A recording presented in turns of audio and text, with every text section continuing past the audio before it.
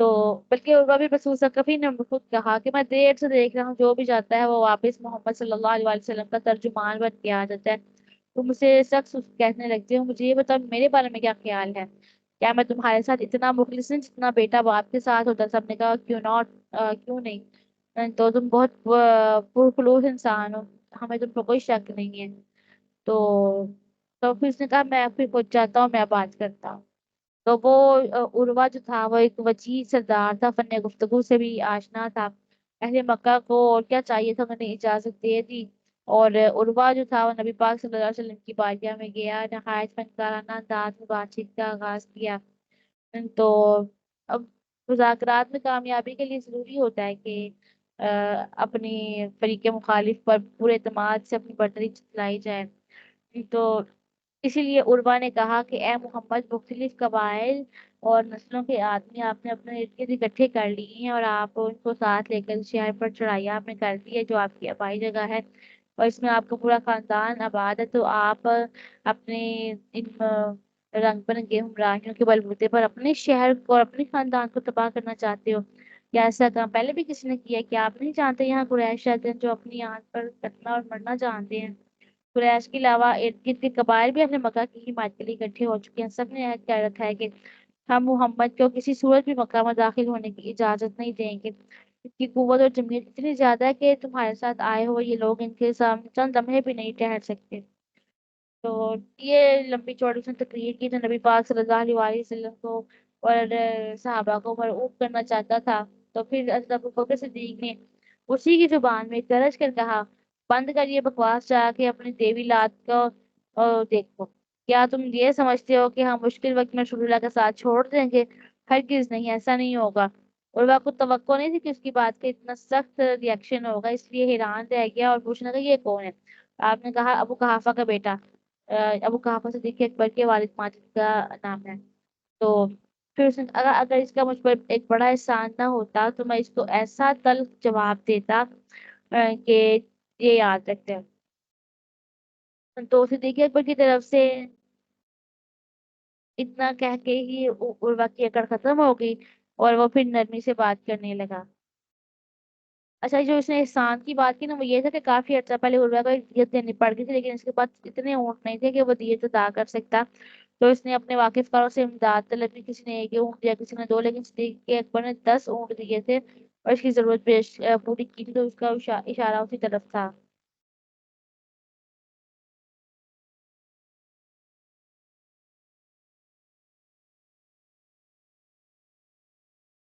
اچھا، پھر عربوں میں یہ رواج تھا کہ آپس میں جب بے تکلفانہ گفتگو کرتے تھے نا تو وقفے وقفے سے ایک دوسرے کی داڑھی پر ہاتھ پھیرتے تھے، تو اسی عادت کے مطابق عروہ نے بھی نبی پاک صلی اللہ علیہ وسلم کی داڑھی مبارک پر ہاتھ پھیرتے پھیرنے کی طرف ہاتھ بڑھایا۔ تو حضرت مغیرہ بن شعبہ نے جو ہتھیار لگائے تھے نبی پاک علیہ السلام کی پشت پر کھڑے تھے، تو تلوار کے دستے سے عروہ کے ہاتھ پر سرت لگائی، کہا آپ پیچھے ہٹا اپنا ہاتھ، میں اس ورنہ قلم کر دوں گا۔ ہم نہیں یہ برداشت کر سکتے کہ کوئی مشرک رسول اللہ کی پاکیزہ داڑھی پر اپنا نجس ہاتھ پھیرے۔ تو عروہ کہنے لگا کتنا سخت لہجہ ہے تمہارا۔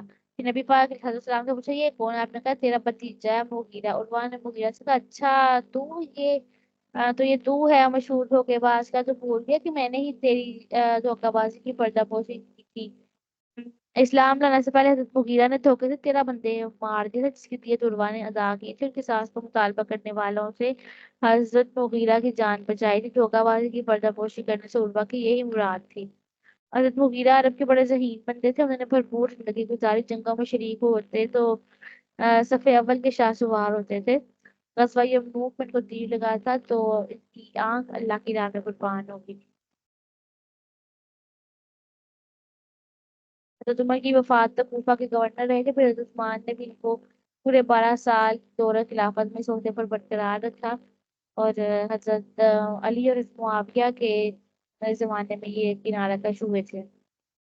حضرت معاویہ نے ان کو حضرت علی کی شہادت کے بعد ایک بار پھر گورنر مقرر کیا، تو باقی زندگی پھر انہوں نے کوفہ میں گزاری، اور 50 ہجری میں انتقال ہوا تھا۔ تو بہرحال حضرت مغیرہ نے جب ایسا کیا تو پھر اس کے بعد عروہ نے ایسا نہیں کیا۔ اور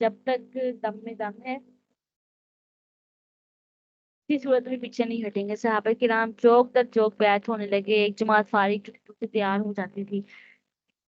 اور حضرت عثمان کے حوالے سے اللہ تعالیٰ کی بارگاہ میں آپ نے عرض کیا، اللہ جو کہ عثمان اللہ اور اس کے رسول کی خدمت گزاری کے سلسلے میں مکہ میں گئے ہیں، اس لیے وہ آج کی بیعت میں شامل نہیں ہے، اس لیے میں خود ان کی طرف سے بیعت لے رہا ہوں۔ اس کے بعد آپ نے اپنا بایاں ہاتھ عثمان کا ہاتھ قرار دے کر اسی کو اپنے دائیں ہاتھ میں لے کر خود عثمان سے بیعت لی۔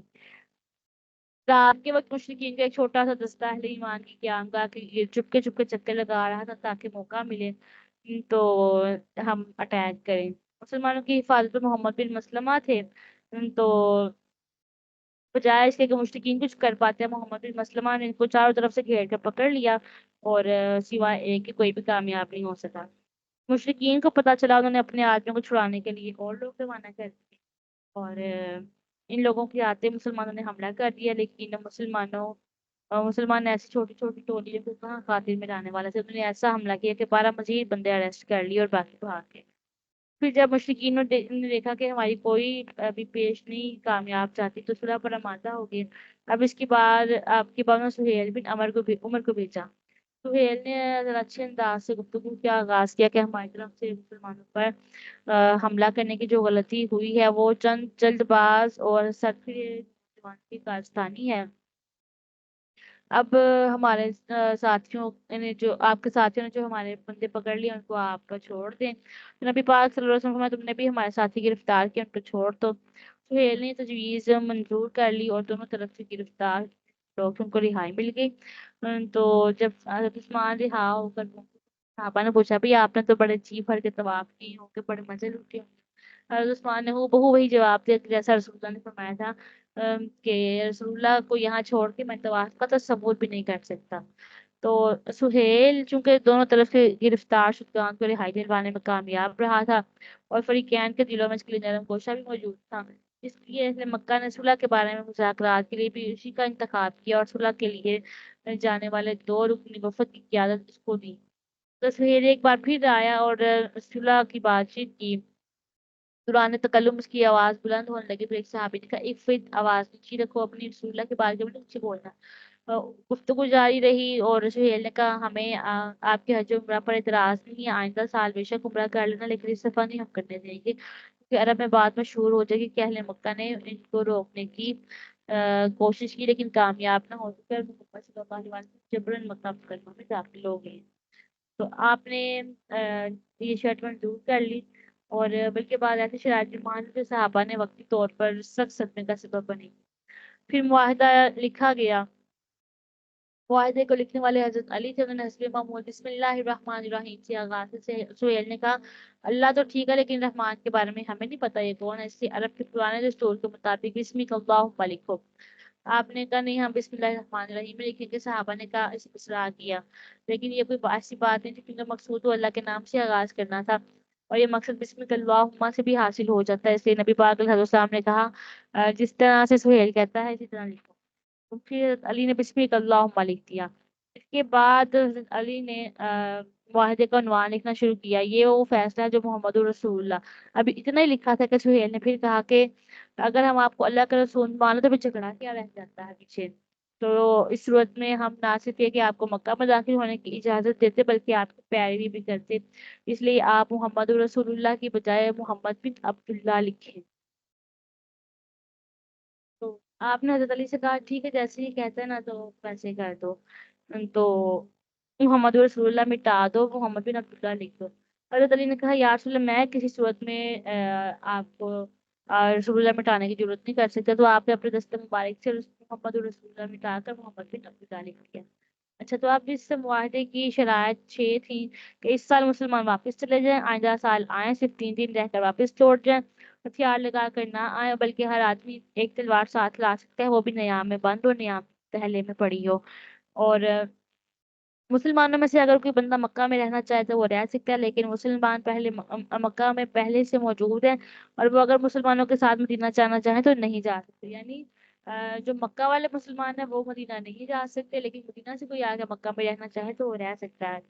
پھر کہا اگر کوئی مسلمان مکہ سے بھاگ کر مسلمانوں کے پاس چلا جائے تو اس کو واپس کرنا ہوگا، لیکن اگر کوئی مسلمان مدینے سے بھاگ کر مکہ چلے جائے اسے وہ واپس نہیں کریں گے۔ اور کہا کہ عرب کے دیگر قبائل کو اختیار ہوگا کہ اس معاہدے کے جس فریق کے ساتھ چاہیں شامل ہو جائیں۔ تو بہت سی شرائط مسلمانوں کے خلاف تھی، خصوصاً یہ شرط کہ مسلمان بھاگ کے آ جائے تو وہ مسلمان اسے واپس کریں گے، تو یہ بڑی شدید شرط تھی۔ تو ابھی معاہدے پر دستخط نہیں ہوئے تھے کہ ایسا واقعہ پیش ہے جس سے مسلمان تڑپ اٹھے۔ ہمایوں کے سہیلی کا بیٹا تھا جن کا نام تھا ابو جندل، تو وہ اسلام لا چکے تھے اور مشرکین نے ان کو قید رکھا ہوا تھا اور طرح طرح کی اذیتیں دیتے تھے، اور کسی طرح سے نکلنے میں کامیاب ہو گئے تو وہ بیڑیاں گھسیٹتے ہوئے آئے اور مسلمانوں کے سامنے بے دم ہو کر پڑ گئے۔ سہیل نے کہا کہ محمد صلی اللہ علیہ وسلم معاہدہ صلح پر عمل کرنے کا پہلا موقع ہے، شاید صلح کے مطابق اس کو میرے حوالے کر دیں۔ آپ نے کہا ابھی معاہدہ مکمل نہیں ہوا، سگنیچر نہیں ہوئے، اس نے کہا پھر بھی ہمیں صلح منظور نہیں، پھر ہمیں صلح بھی منظور نہیں ہے۔ رسول اللہ صلی اللہ علیہ وسلم نے بہت قائل کرنے کی کوشش کی لیکن وہ کوئی بات سننے پر آمادہ نہ ہوا، اپنے ضد پر اڑا رہا۔ تو آخر آپ نے حضرت ابو جندل کو واپس کیا بڑے بھاری دل کے ساتھ۔ حضرت ابو جندل فریاد کر رہے تھے، اپنے جسم سے کپڑا ہٹا ہٹا کے دکھا رہے تھے، پھر دیکھو میرے ساتھ انہوں نے کیا کیا ہے، ایسے آپ مجھے چھوڑ رہے ہیں۔ حضرت عمر کا بھی صبر کا پیمانہ یہ دیکھ کر لبریز ہو گیا، کہا یا رسول اللہ، آپ اللہ کے سچے رسول نہیں ہیں؟ آپ نے کہا بے شک میں اللہ کا رسول ہے، کیا یا رسول اللہ ہم حق پر نہیں؟ کہا یقیناً حق پر ہے۔ تو کہا یا رسول اللہ ایسی شرائط ہم کیوں مانے؟ آپ نے فرمایا میں اللہ کا رسول ہوں اور اس کے حکم کی خلاف ورزی نہیں کر سکتا۔ تو فرمایا کیا آپ یہ نہیں، آپ نے کہا تھا کہ ہم بیت اللہ کا طواف کریں گے؟ فرمایا کہا تھا ضرور کریں گے، لیکن یہ نہیں کہا تھا اس سال کریں گے۔ عمر غصے سے بھرے ہوئے تھے کہ صدیق اکبر ان کے پاس آئے اور ان سے بھی ایسے گفتگو کی۔ حضرت ابوبکر صدیق نے کہا عمر یاد رکھو وہ اللہ کے رسول ہے، کوئی کام بھی اللہ کے حکم کے بغیر نہیں کرتے، یہ اللہ کے حکم سے ہی کیا ہے، اس لیے آپ اطاعت کریں۔ حضرت عمر نے یہ باتیں مواصلہ کسی بدنیتی کی بنا پر نہیں کہی تھی، لیکن جو کچھ کہا تھا وہ انہوں نے اسلام کے مقصد بلندی کے پیش نظر کہا تھا، لیکن بعد میں انہوں نے خود نبی پاک علیہ السلام سے معافی مانگی تھی اور کہا تھا کہ میں اپنی کوتاہی اور کفارے کے لیے ایک زمانے تک نوافل پڑھتا رہا، روزے رکھا، صدقے دیتا رہا، غلام آزاد کرتا رہا، یہاں تک جب یقین ہو گیا کہ اللہ نے میرے گناہ معاف کر دیا، پھر میں نے رسول اللہ صلی اللہ علیہ وسلم کے آگے بات کی ہے۔ تو نبی پاک صلی اللہ علیہ وسلم حضرت ابو جندل کو بھیجنے پر رضامند نہیں تھے، لیکن معاہدہ کی حرمت کا تحفظ کرتے ہوئے آپ نے ان کو واپس کر دیا اور ان سے کہا کہ ابو جندل صبر کریں، اللہ سے ثواب کی امید رکھیں، اب ہم معاہدہ کر چکے ہیں تو ہم مخالفت نہیں کر سکتے۔ تو آپ نے بھی ان کو واپس کر دیا۔